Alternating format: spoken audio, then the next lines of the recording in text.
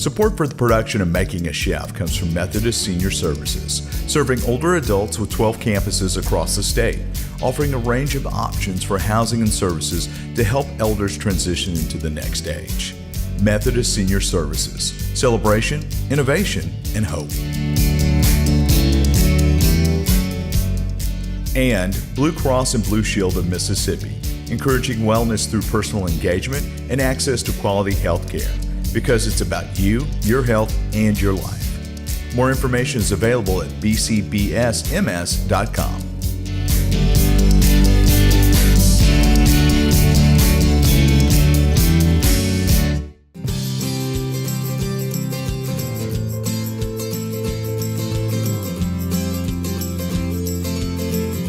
Mississippi has many amazing local farmers markets. Today I'm going to pick out some farm fresh produce and put my own unique spin on it.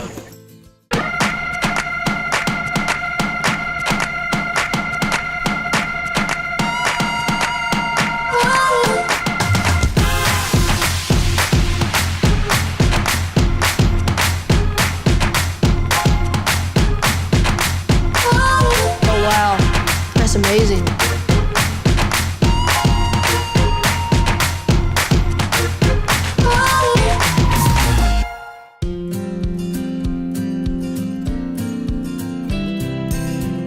We're heading out to Bountiful Harvest Farms to see my friends from the Starkville Farmers Market. I'm going to see how they grow their beautiful fruits and vegetables and maybe get some dish inspirations. Hey, Mr. Sam, thanks for having us out here. Yeah, glad to have you, Mark. Good to see you. Yes, sir. So, this is a beautiful, 2-3 acres you have out here? Yeah, we have 2 acres fenced in. About how many different varieties of vegetables you have out here? Oh, we've got over 100 different varieties. So about how did you get started out here? Well, we started this in February of 2016. Scraped the land of the pine trees, little scrub, sweet gums and all. Put in some drainage, some irrigation, and lots of compost. So what are the kind of vegetables you have out here? We've got a lot of different things. This being late summer, we've got the hot season crops growing right now. Eggplant, peppers, tomatoes. We've got a few carrots that we snuck in kind of late. We've got microgreens, cucumbers, squash. And in storage, we've got onions and garlic and even some winter squash. I see the whole variety out here. We try to. That's one thing we really push for, is having a lot of different variety. It kind of helps to protect us against crop loss. All right, so that's awesome, but I'm ready to go see the vegetables. Yeah, let's check them out. Awesome. So down here we've got some collards and some kale. Wow. And it's kind of tricky, again, talking about the heat, getting these fall crops to germinate. You know, these are good fall greens, and collards and kale both taste much better after a frost. But we've got to get these seeds started now so they can get some good growth on them before the days get too short for them. Is it a lot of work trying to keep alive these little plants, in this heat? Keeping these collards and these kale and Swiss chard going here through the heat is tricky. You know, we're watering lots, giving them as much cool water 2 to 3 times a day. But also another tricky part is dealing with all the bugs. We're certified naturally grown, which means we follow all the organic standards. We actually don't even use approved organic insecticides. Oh, wow. We let a lot of bugs go out here. It definitely adds another layer of trickiness. So over here we've got some dry storage where we're able to keep some storage crops to help us have more diversity through these hot and dry times. Okay, so if you run out of one product, you have all these, really. Oh, wow. Yeah, so we've got yellow sweet candy onions right here. It's a lot of onions. It is. We planted about 8,000 of these this February. Oh, wow. That's a lot of onions. I'm gonna say that again. That's a ton of onions. It's been my best onion crop yet. We grew a bunch of red ones and there's only like 1 or 2 left, but oh, here's one. Yeah, they were great, but they were a big hit, so they went first. I see some awesome looking corn. Yeah, this is Hopi blue corn, which is an amazing dark blue color. When you break it open, it does have more of the white inside, but the outer husk is very blue and it's slightly blue on the inside. It's dried also. Yeah, we dried it as long as we could in the field, and then we brought it in here and turned the fans on it to dry it on down. Yeah. We hope to save this for seed for next year. Next year I want to have a pretty large field of this and be able to make some blue corn tortillas. Oh man, I love blue corn chips. Yeah, me too. They're some of my favorites. Yeah, so this is actually some garlic that's dried down. Oh wow. We've got a few different types here. This is some soft neck garlic, and then we've got some hard neck garlics over here that are a good bit spicier. Oh wow, yeah. Pretty small cloves and a lot of them. Yeah. And over here we've got some elephant garlic, Oh which wow. I've been saving the seed off of this garlic for 3 years now. Oh, that's and I've really gotten the huge. size up on it. And pretty proud of it. This is, That's like a warhammer. Right. Whole club. yeah.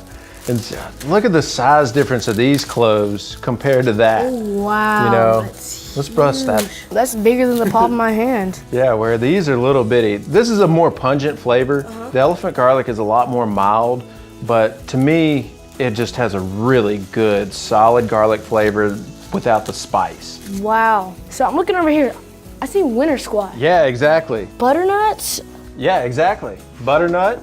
This is delicata. delicata, and that's like acorn. You got it, acorn. Again, it's really nice having storage varieties Yeah. so that we can grow them and harvest them, and then if we need to hang on to them for a few weeks, in fact, it's best to let these cure for about 5 to 7 days Wow. in a warm, dry location, which we are Such as definitely this. in, yeah.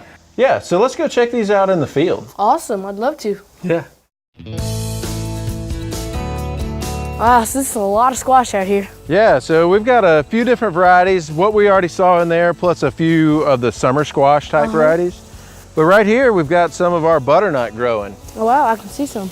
Yeah, and the ones that are more cream and look like the ones that were in storage are the ones that are ready, where this one right here is still kind of green. And so it'll need a few more days. Wow, all right, so this is really amazing. But I have my eye on those tomato plants. Yeah, let's go check those out. Awesome. All right, so we've been talking about these tomatoes. This is a Goldman's Italian, which is a great paste tomato. Check these things out. They're kind of wild looking. Oh, Pull wow. it. Go ahead and pull it. Yeah. Wow, a lot of ridges in it. Yeah, and so it looks like somebody almost squeezed it. Yes, it kind of does. But they've got a whole lot of flesh and not a ton of the juice in there. And so it makes them pretty good for making a paste or a sauce. Yeah, you know, if it's called Italian, it probably does make a good tomato sauce. Yeah, you know? definitely. This hot weather is tough on tomatoes. Yes, yes. Temperatures above 98 degrees and the pollen goes sterile, so we don't get as much fruit set. So these super hot days are tough, but as it starts to cool off in the fall, we should get more fruit in production. So I went ahead and selected some of my favorite vegetables I saw. I'm missing a few, such as microgreens, but this is gonna be very simple dishes. Roasted carrot puree with a little bit of brown butter and bourbon, and then a beautiful, beautiful tomato sauce with all these fresh tomatoes, garlic, onions, and basil. That sounds great to me. Yes, sir. Thank you for having me out here. I had a great time learning everything. Yeah, it's and great to have you out. had some beautiful produce. Thanks. I'd love to show you around anytime.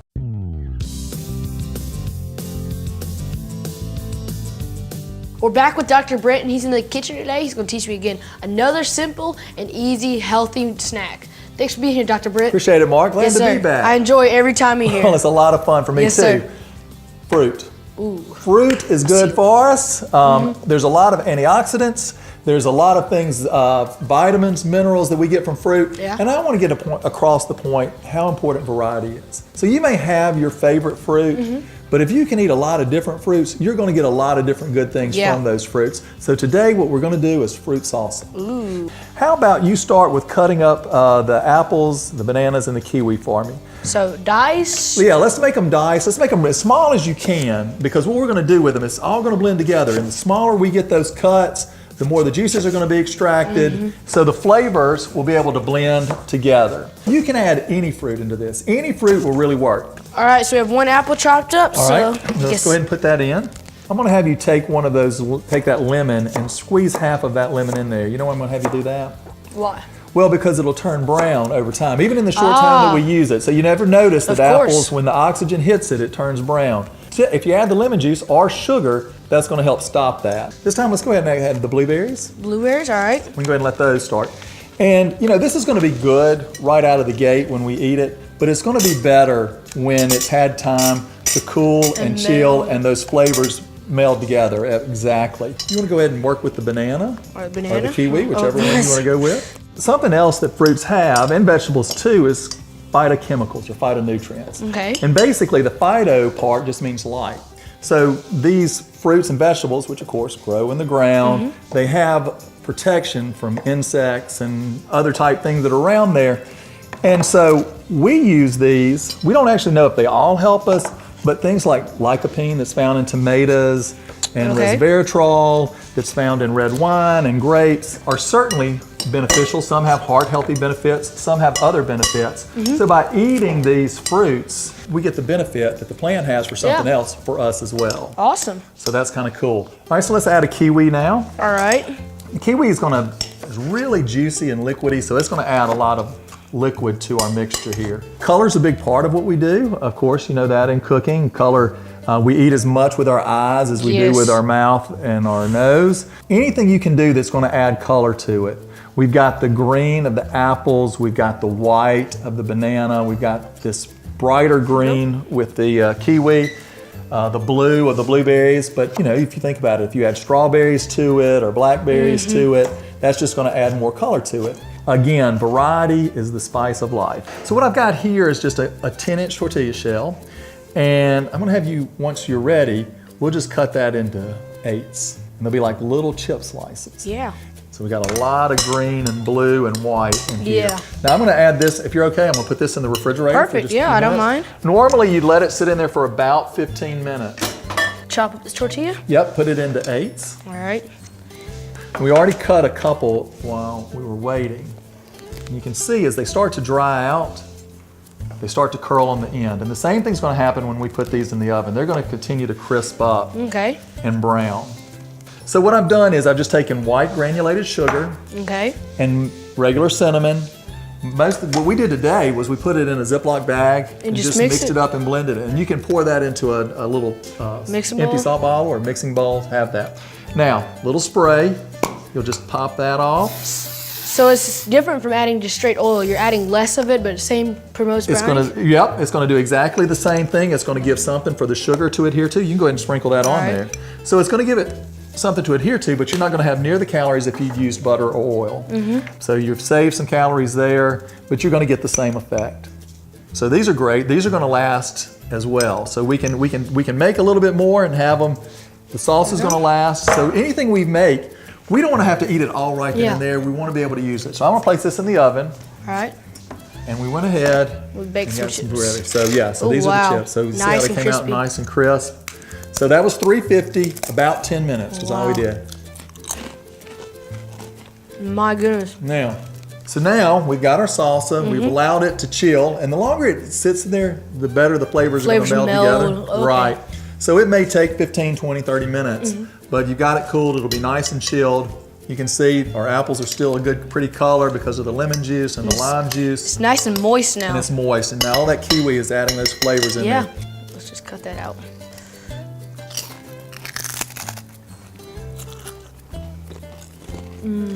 It's not overpowering, you know. This is a bunch of sweet fruit, a sweet chip, but it's all works well together. A little bit of lemon juice just works out very well. Right. And we really don't have much in the way of calories here. We've got all fruit, a little bit of grain with our chips that we did from tortilla, but we don't nearly have the fat that we would if we'd have fried it. There's another take. Good in the summer, but also could be good in the winter. Great tailgate food if you'd like to have that as well. Thank you for being back here, Dr. Brent. I'm really amazed about how well this dish turned out. And yet again, another amazing dish, another healthy dish that I cannot wait to snack on. Thanks, Mark. And like I said, a little bit of planning can go a long way.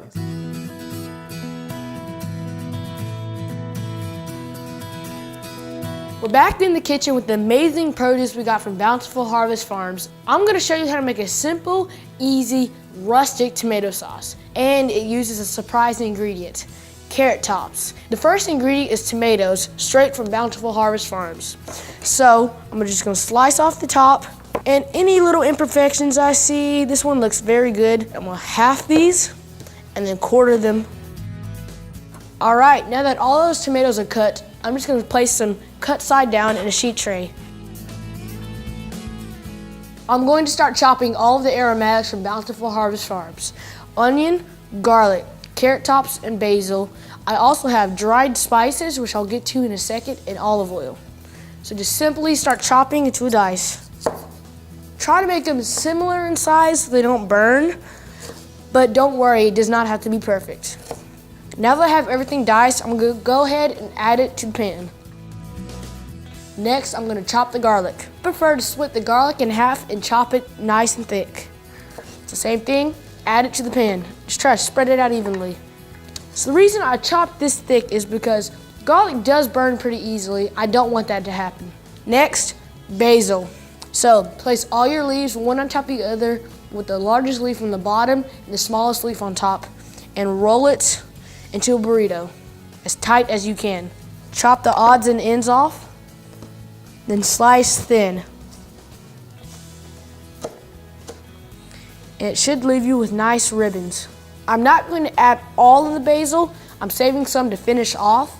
I'm just going to sprinkle a couple strands on. I'm going to save the rest of this basil to add in the last part of the sauce so I can preserve some of that fresh flavor. Last but not least, carrot tops. And so this is a weird ingredient in some people's eyes, but after talking to Mr. Sam, he says they're a great replacement for parsley, and I can see why. It's the same part. Chop the odds and ends off and just dice it. Try to get only the leaf parts, and if you get a couple of the stem, that's all right. The same thing as basil, just sprinkle it on. Not all of it, but only a little. Next part is the dried spices. I've dried basil, dried oregano, garlic powder, salt, and black pepper. Fresh spices or aromatics are always amazing. They do burn at high temperatures, which is what the oven is going to give. So these will not burn, but still give you the same amazing flavor. So there's about a teaspoon of each of the spices I named off. I'm going to drizzle a little bit of olive oil all over these tomatoes and aromatics just to give something for the spices to stick to. So you sprinkle up high like this to evenly coat as many surfaces as you can. It's the best way. There we go. I'm going to put this in a 420 degree oven for 30 to 35 minutes until they're lightly browned on top. Oh wow, this looks perfect. If you like a darker and deeper flavor, you can go upwards of 45 minutes and turn up the heat a little bit to get a nice caramelization. I'm gonna go ahead and light my fire and pick it up and add them into the pan. And then start mashing this. Since this is a rustic sauce, I'm not gonna use like a blender, a food mill, or an immersion blender. I'm just gonna be using a regular potato masher. And so it's a little of a thicker sauce. This sauce, since it's nice and chunky and rich, it'll go very nice with spaghetti. All right, that's all mixed up to my liking. So I'm actually gonna turn the heat up and add about a half a cup of white wine. White wine enhances a lot of flavors, and tomato is one of those flavors. I'm adding this white wine at the end to preserve a lot of that wine flavor because otherwise a lot of it would burn off in the oven. I'm just gonna bring this up to a boil. All right, it's about at a full rolling boil, so I'm gonna sample some. It's quite hot, so give me a second.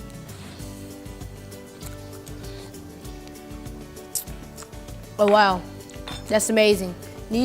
Definitely needs more salt, but it's nice and sweet. Preserves a lot of that sweet tomato flavor from homegrown tomatoes. And of course needs black pepper. All right, there we go. I'm gonna put this on low. I'm going to cover it and simmer it for 30 to 45 minutes. The longer you can simmer it, the better it'll get. But I don't like mine too simmered and too condensed down. So this has been simmering for about an hour to an hour and a half, and it smells amazing. And I'm sorry y'all can't be here to smell it. So just to finish it off, I'm gonna hit it with some fresh herbs again. The carrot tops, and then the rest of the chiffonade basil. All right, that's amazing. So right here, I just went ahead and boiled some pasta, and I'm just gonna season it with a little salt and pepper and Parmesan. Then, just scoop you up some. And it'll be a challenge not to spill it, but I'm always up for a challenge. There we go. All right, finish it off with a little bit of Parmesan.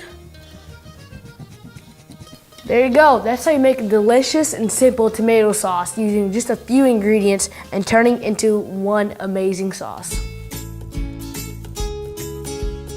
Pureeing is an awesome way to change the ordinary fruit or vegetable into an amazing, luxurious sauce.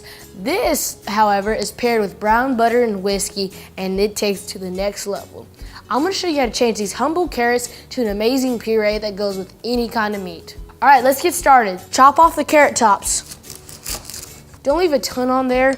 See, stuff like this, I usually go down by hand and just chop them extra, but like that, that's the perfect length. Every now and then with these organic carrots, you might come across a tiny one like that, just eat it.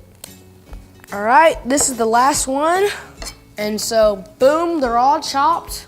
So now, just take a simple sheet pan, and I like to spread them out evenly. No, these large ones that are larger than the rest, chop in half, sprinkle them with a little olive oil, then shake to evenly coat. Then fresh black pepper, and a little bit of salt. So the reason I'm seasoning these so lightly is just because I want the carrots to be the star and the seasoning to be the backup. Now that you spread them out and season them, put them in a 450-degree oven for 20 to 25 minutes till they're nice and brown. The carrots cook for about 30 minutes, and now I'm gonna make the brown butter part of the sauce. Just 3 tablespoons of butter in a pan, and I'm gonna start browning that. Browning butter, quote unquote, burns the butter, but it gives another layer of flavor. You stop it right before serious harm is done to the butter. One way you can tell if your butter is browned is if it starts to smell nutty. All right, that is nice and browned. So I'm gonna go ahead and add my carrots to the mix and get a little bit of color on them. All right, so this next part, I'm going to add whiskey to and be very careful. But that whiskey gives it a nice nutty flavor. I'm going to let the alcohol cook off for just a couple more seconds, maybe 30, until I can no longer smell that strong whiskey flavor. All right, the whiskey smell is gone, so I'm gonna add just a little bit of homemade chicken stock. You can use any kind of stock or broth, but I had this delicious homemade stock, and so I'm using it instead. It's done, so go ahead and turn off your heat and get your immersion blender or regular blender ready. Go ahead and add all of your liquid and carrots and put on just a little bit of chicken stock. So be very careful when you do this. Use either a blender or an immersion blender such as this to pulverize it. You might need to add more stock or water depending on how thick or thin you'd like it.